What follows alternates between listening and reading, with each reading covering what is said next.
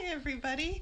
I've been doing homework all day, and so I'm going to go take a walk around the block and you can come with me. But first, I'd like to introduce you to the family cat. This is Ben. Hi Ben. He's just not sure about this. But then he's not really sure about anything that I do, so there's that. So it's 51 degrees out, which is not my favorite temperature. But anyway, so I'm going for a walk and my dad's coming with me. Hi, Dad. Hey there. So we are going to go for a stroll, and I might have to cut this short and restart it because I forgot to start it on cellular instead of Wi-Fi, but we'll see if it drops the signal. Of Crystal Lake, Illinois, gave me this hat when I visited. It's from the local brewery that we went to go visit there, which was delicious. So anyway, here's my neighborhood. I'm gonna spin the camera so you can see things. So I can't actually see comments when the camera's not facing me. So if there's a delay in answering your comments, that's why. So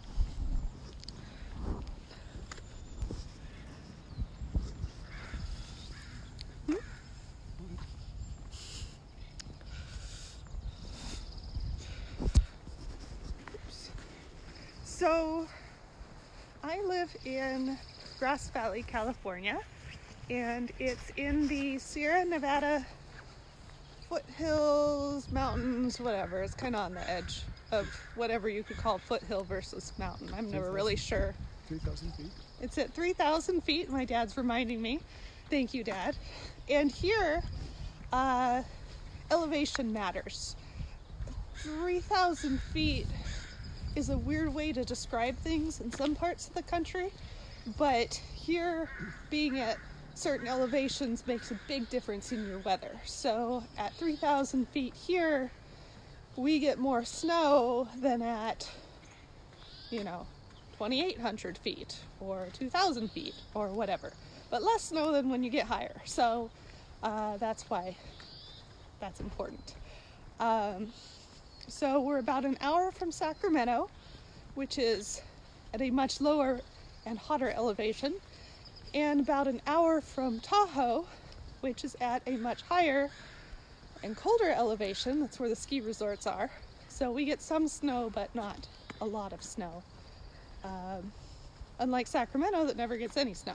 So makes a big difference here depending on how high up in the mountains you are. So today was raining earlier. It was foggy earlier, actually, which was really cool. I love the fog, but we don't get fog very often. I've got an error message coming up on the screen. Nope. There we go. Okay. So, anyway, it's pretty forested here. I mean, this is a neighborhood with little properties, so you'll see a lot of houses off to the side as we go past. But even on the smaller properties, there's lots and lots of trees, a lot of cedar. How many trees do you have, Dad? Just under 100. Just under 100 trees. On an acre. Because he counted them. I certainly did. That's on an acre. Okay, 100 trees per acre on his property, or on the acre of property that makes up his yard. So, did you count them by type? No. No. Okay. Did you identify all the types? We have pine, cedar, and oak. Okay. Does that include the ones that just fell down in the windstorm? No. Okay. We also have a few apple trees and a plum tree and maybe something else.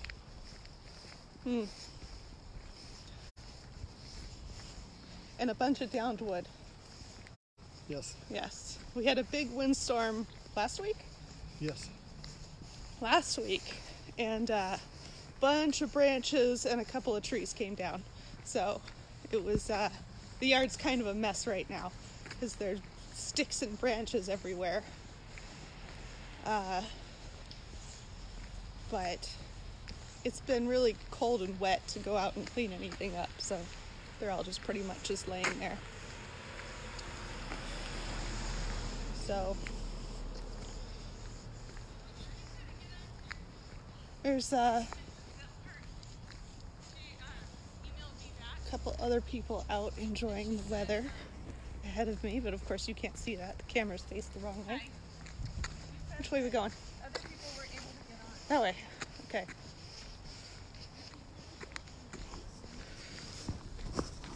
So spin this around, just turn the corner. My dad's in charge of the route today because I'm busy talking to the camera. Presumably he won't get us lost because it's not that big of a neighborhood, right? That's right. That's right. So on this side, that lovely view is a little reservoir that we live right up next to pretty much. It's on the other side of the street, but still, it's sounds nice to live next to a reservoir, but you can't actually see it. Like there's a big berm around it. And I'm not really even sure if it's an open air No, it's or it's just the tank. Big tank. Okay, it's just the tank. One of two. That's what we call a reservoir. So, not very scenic. But there's a house in between where we live and the reservoir, so we can't actually see the tank from the house, just from this side. So, anyway, not as pretty as it sounds to live next to a reservoir. Oops. I think we should have turned back there. We should have turned that way. Are you getting us lost? I was talking. Oh, he's failing in his job as navigator for the walk. Good job, Dad. There's some people up there taking their dog for a walk, and the kids. But pretty quiet out. It's weird being out taking a walk, or the rare time I have to drive anywhere, and there's hardly any cars on the road. Kind of nice there's no traffic, but it's weird.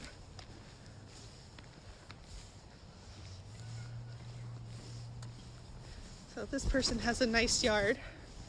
I like all their flowers.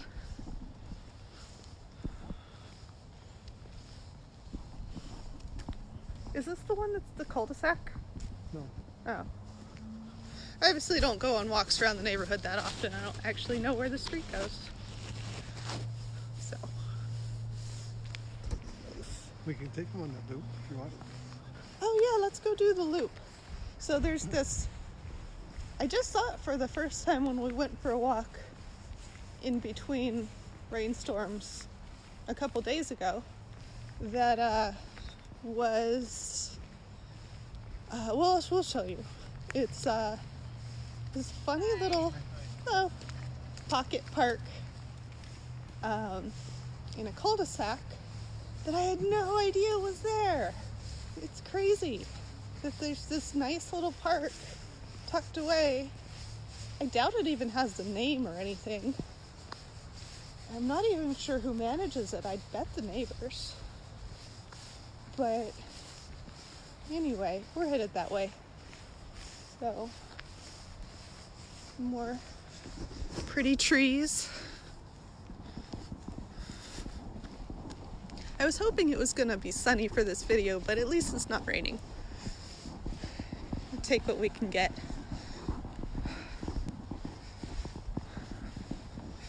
And my hand is freezing holding this camera, so I'm gonna pass the phone to my dad to talk for a moment while I put my gloves on. So put your hand on the left. Well, cover the camera. I'm not much of a talker. But we love it up here. I'm from Southern California, and on the flat lands of Southern California. And it was nice for bicycling, which is up here you have to be a really strong-legged person to ride bicycles, and there are a heck of a lot of people riding bicycles in our two cities, Nevada City and Grass Valley. They're joining cities. So anyway, here's Mary back. I have a bicycle that I used to ride my bike. Is it down the street? Yes. Okay. I used to ride my bike to work when there was good weather, because it was only, I forget, like 6 miles or something to where I used to work.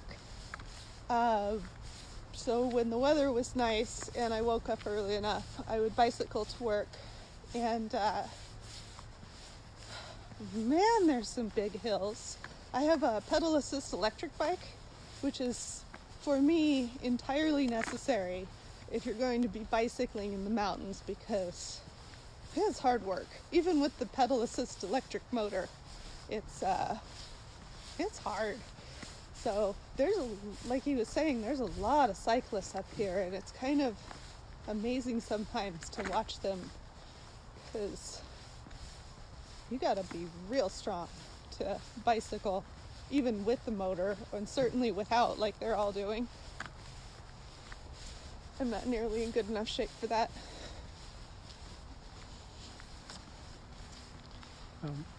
Nevada City has a bicycle race every year, and they've been having it since 2006, or maybe longer than that. Anyway, it's a very well known one, and that Nevada City Classic. the Nevada City Classic, and it's all uphill and downhill. So downtown Nevada City is on a steep hill called Broad Street, and so the bicycle race goes right up the main street, which is Broad Street, and then down the other street, and then back up the street. It's pretty crazy. So here we are at the park, the little pocket park, as I was calling it. So it's got a little picnic table and some goals for soccer, and it's got a whole bunch of these frisbee golf. Counted them the other day. I forget now. Was it 5 or 6 of them? Frisbee golf. I don't play frisbee golf. I don't know what the little things are called. Goals? Holes? I have no idea. Whatever. I'm not that good at throwing a frisbee without whacking myself in the face with it. So I don't know. But anyway, if I wanted to learn how to throw a frisbee and play frisbee golf, I could come right over here, I'm sure. So isn't that neat? So it's just this little loop at the end of the street. All the houses surround the little park. So it's very pleasant. If anyone's watching and knows what these things are called in frisbee golf, I would love to know. Hi, Patricia, who's working and watching me anyway. That's awesome. So that's what I was talking about. I don't know what these are called, but it's for frisbee golf. That one even had frisbees in it, or something. Don't even have to bring your own frisbee.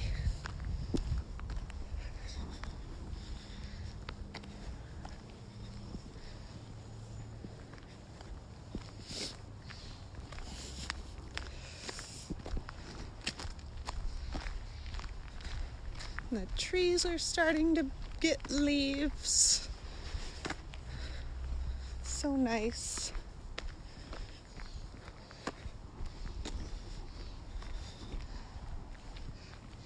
And it's trash day. How scenic.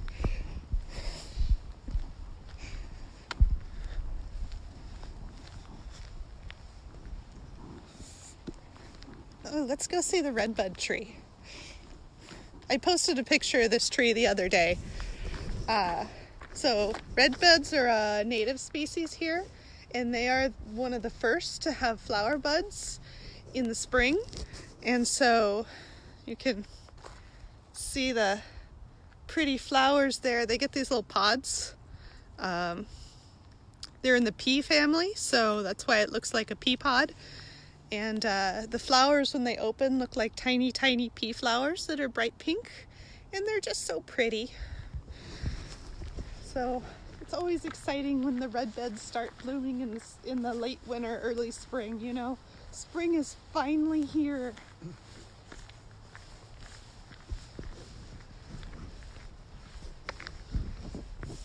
And they're such a spectacular pink when you are, even if you're driving along, like on the highway or something, where you're going really fast, but you can still see these spectacular pink little trees, because they never get very big, but there's just this little bright spot of bright pink. Ina says, my daughter and I just got back from a walk around our small lake feeding the fish. We were looking for goose nests. Very cool. Yeah, everybody should go for a walk and get out of the house a little bit. Assuming you can do so safely, of course, and legally. Frisbee players. Oh, Frisbee players. How's it going? Pretty good. Guy and a kid walking over to use the Frisbee golf court. Are we going the long way? Why not? That goes to the main street. You don't want to walk over Oh there. yeah, we don't really want to go back the way we came. That would be boring. And it looks like my friend Mindy is watching. Hi, Mindy.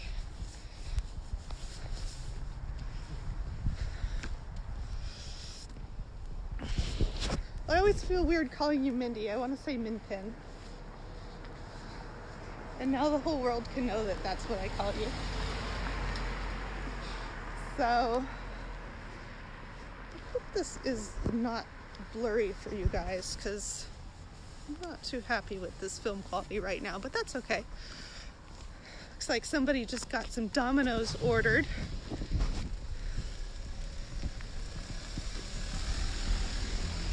There they go. Pizza time. And Lisa's watching. Hi, Lisa. So, there's some more lovely flowers. This is what I do on walks. I stop and look at flowers. Got some pretty daffodils. And over here we've got some iris. Beautiful purple. Beautiful purple iris. And some more daffodils. These are a little messed up daffodils because it snowed on them. So up here, people say, you know when we're going to get a snowstorm for a spring snow? When the daffodils start blooming. That's the sign that we're going to have a big snowstorm. And pretty much every year that's true, which I guess is why people say it. Are we going left or right? Left. Okay. Lisa says, LOL, my daughter loves to take pics of every flower we see. Yes, exactly.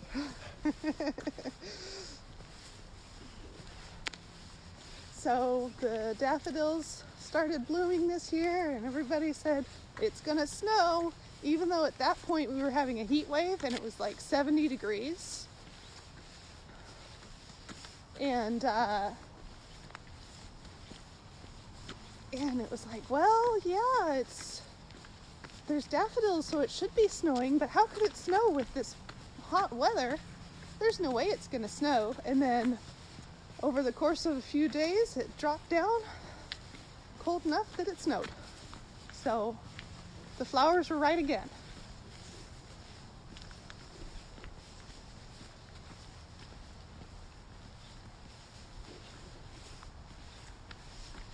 So, I like their statue. It's kind of goofy. It's a bear holding its cub.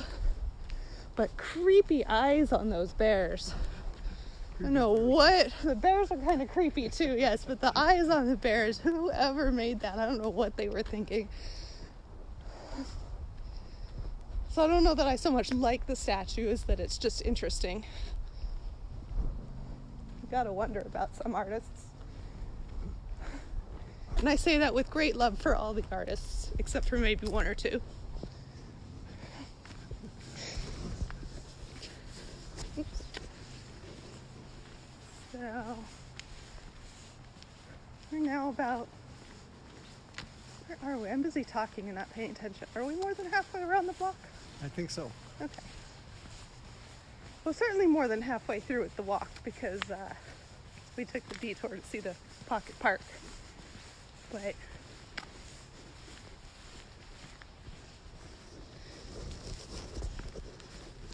did we pass the double basketball court? Or was that a different street? It's a different street. Okay.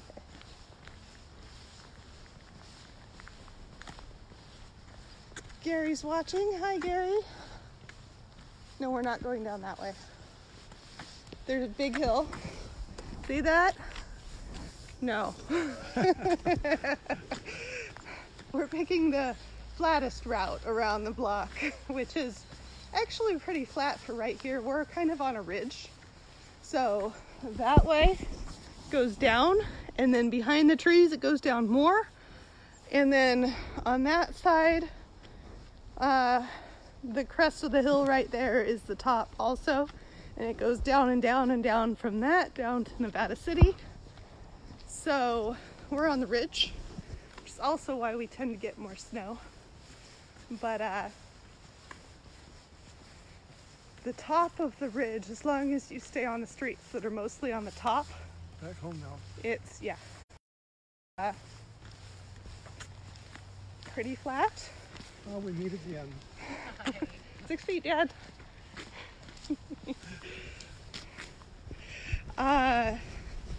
So as long as you stay on the top, it's pretty flat. But if you go, what are you doing? Come on. We're gonna try something Oh, before you get okay. Apparently, I have to pick up the pace. there. That's good. But if you get off the ridge, then it gets really steep. And so if you want a more strenuous walk around the block, you pick those streets. And there's no way I'm going to huff and puff and film. So we're not doing those. Are we sneaking up on someone?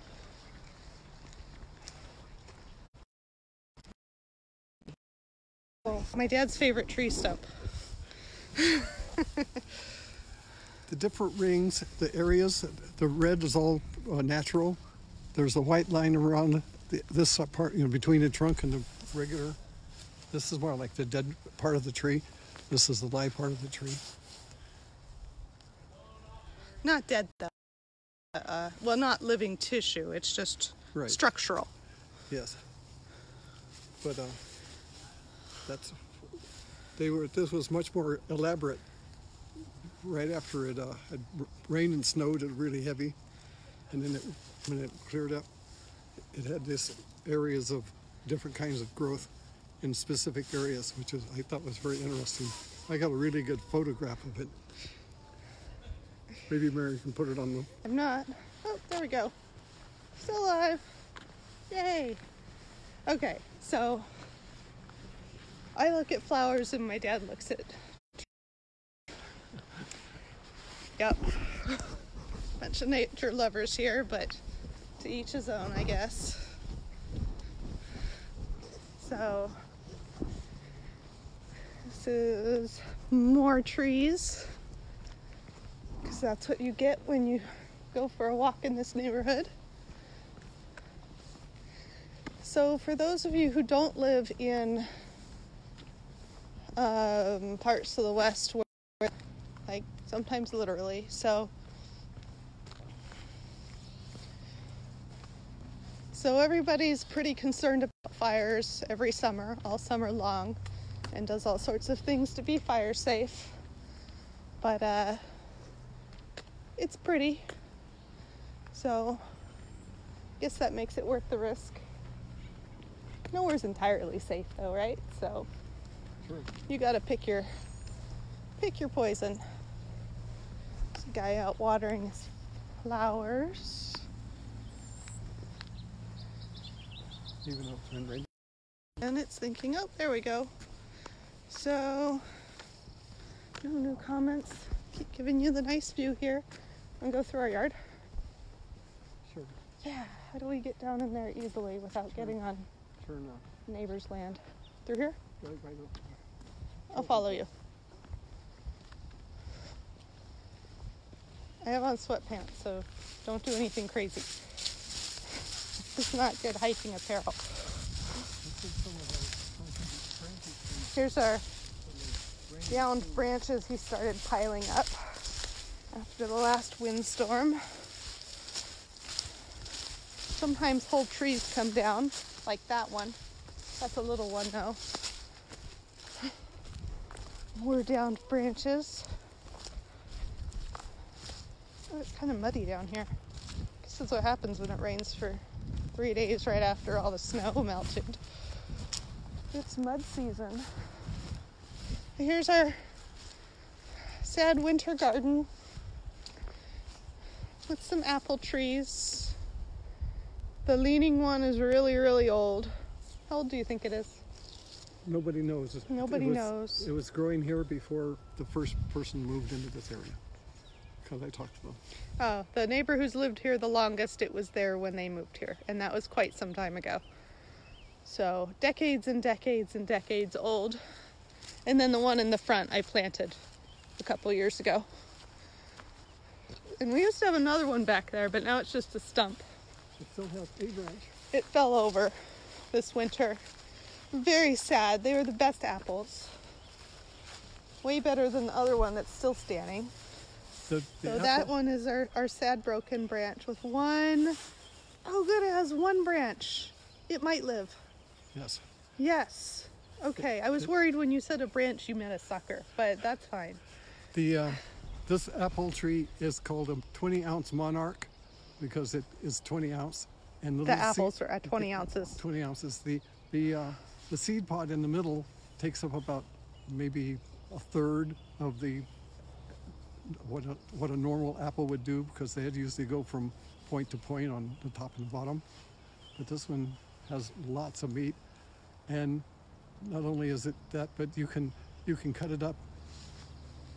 I didn't know what the tree was, and so I got a hold of a tree person that I know, and the local tree expert. Yes, he's kind of well known on the West Coast, but he cut one and put it on his table, and 3 days later it had not turned brown. So it just, the meat does not turn brown in it once you cut it, like a normal apple, half an hour after you cut it, sometimes before you finish peeling and cutting, they're already turning brown. But this one doesn't. And I have another one ready to go in the ground that's about 3 feet high or so, that's in a container. So we'll probably sit it back here somewhere out of the way. And do you have another tree? I thought there was another tree as well. There was one there, but it died. Okay. Yeah, I planted one in the middle of the two, back against the fence, but it died. So I've got the one I just planted, the leaning one, the one stick left out of this one, and then we have another one up by the driveway in a pot that'll be transplanted someday. So I've got a bunch of onions growing in there and some rosemary, but otherwise I haven't started the outdoor garden yet because it's been too cold and wet. And there's some cold weather crops that I could get out here and plant, but even just to walk around the block, I am cold enough to go back inside, and I certainly don't want to spend time in the garden. So there you have it. That's our winter garden. And the bright green leaf tree over here is that the plum? That's the plum.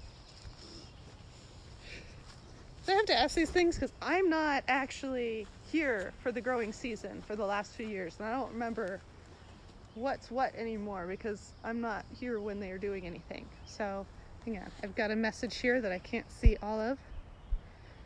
Ina says, I live in Western PA, 40 degrees today, lots of wind and rain the last few days. Very rural area, farmland mostly. Yeah, Western PA is pretty. Lots of hills. Well, Pen up this tree. Oh, what am I showing? Oh, my dad wants me to show you the tree. What about this tree? Pan up so they can... Pan up for the tree. This is in our yard. One of many. Oh, there's another big one in the yard. The one that fell, where's the stump? There's a stump right in the vinca here from that one that fell down that was huge. We took it out. Well, I know, but how big was it? Like, you could measure it because it was on the ground. You forget. It was big. It was a very tall tree that fell down, but it managed to fall without hitting anything. I don't even think it hit any other trees, did it? No. It just like whoop, right down in between everything else. So kind of amazing. But yeah, we've got a lot of trees here. It's nice in the summer because there's well, down where the garden is the sunny spot, the little meadow, the very little meadow, but just enough that there's a sunny spot to grow things in. But the rest of the property is all shaded, so that's really nice in the summer, but kind of terrifying in a windstorm. So let's go check on my tomatoes. You get to come with me because I have my shoes on and that's not going to happen anymore today. So let's go in here. Here's my little tomato pots. There we go. And I got water in the bottom there. Oh yeah, they're fine. I've got water down in the bottom, so they're wicking up the water from there. So they are just fine. Nothing sprouted yet, but it's way too early for that anyway. So if they sprout at all, it's not even time. So there you have it. Our little walk around the block today. And you got to meet my dad and Ben the cat. So I hope you've enjoyed today's live video, and I'll be back again tomorrow at 4 o'clock Pacific, 5 Mountain, 6 Central, and 7 Eastern time. And who knows what I'll talk about then, but oh wait, I gotta show you this because I'm so proud of it. If any of you are from or have been to some parts of Oregon and also a lot of the Midwest, they have barn quilts, or there's other terms for them, but where they have these quilt patterns painted on the barns. Sometimes people post them on their house, and so I did that for the house here because I just love them. And this one is black and gold because my mom is a huge Steelers fan. There you go. So I painted her for Christmas a couple Christmases ago. I painted her a barn quilt for her house in Steelers colors because everything else decorating the house is Steelers colors, so it matches. So anyway, that's it. So I'll be back tomorrow. So thanks for joining me. Bye.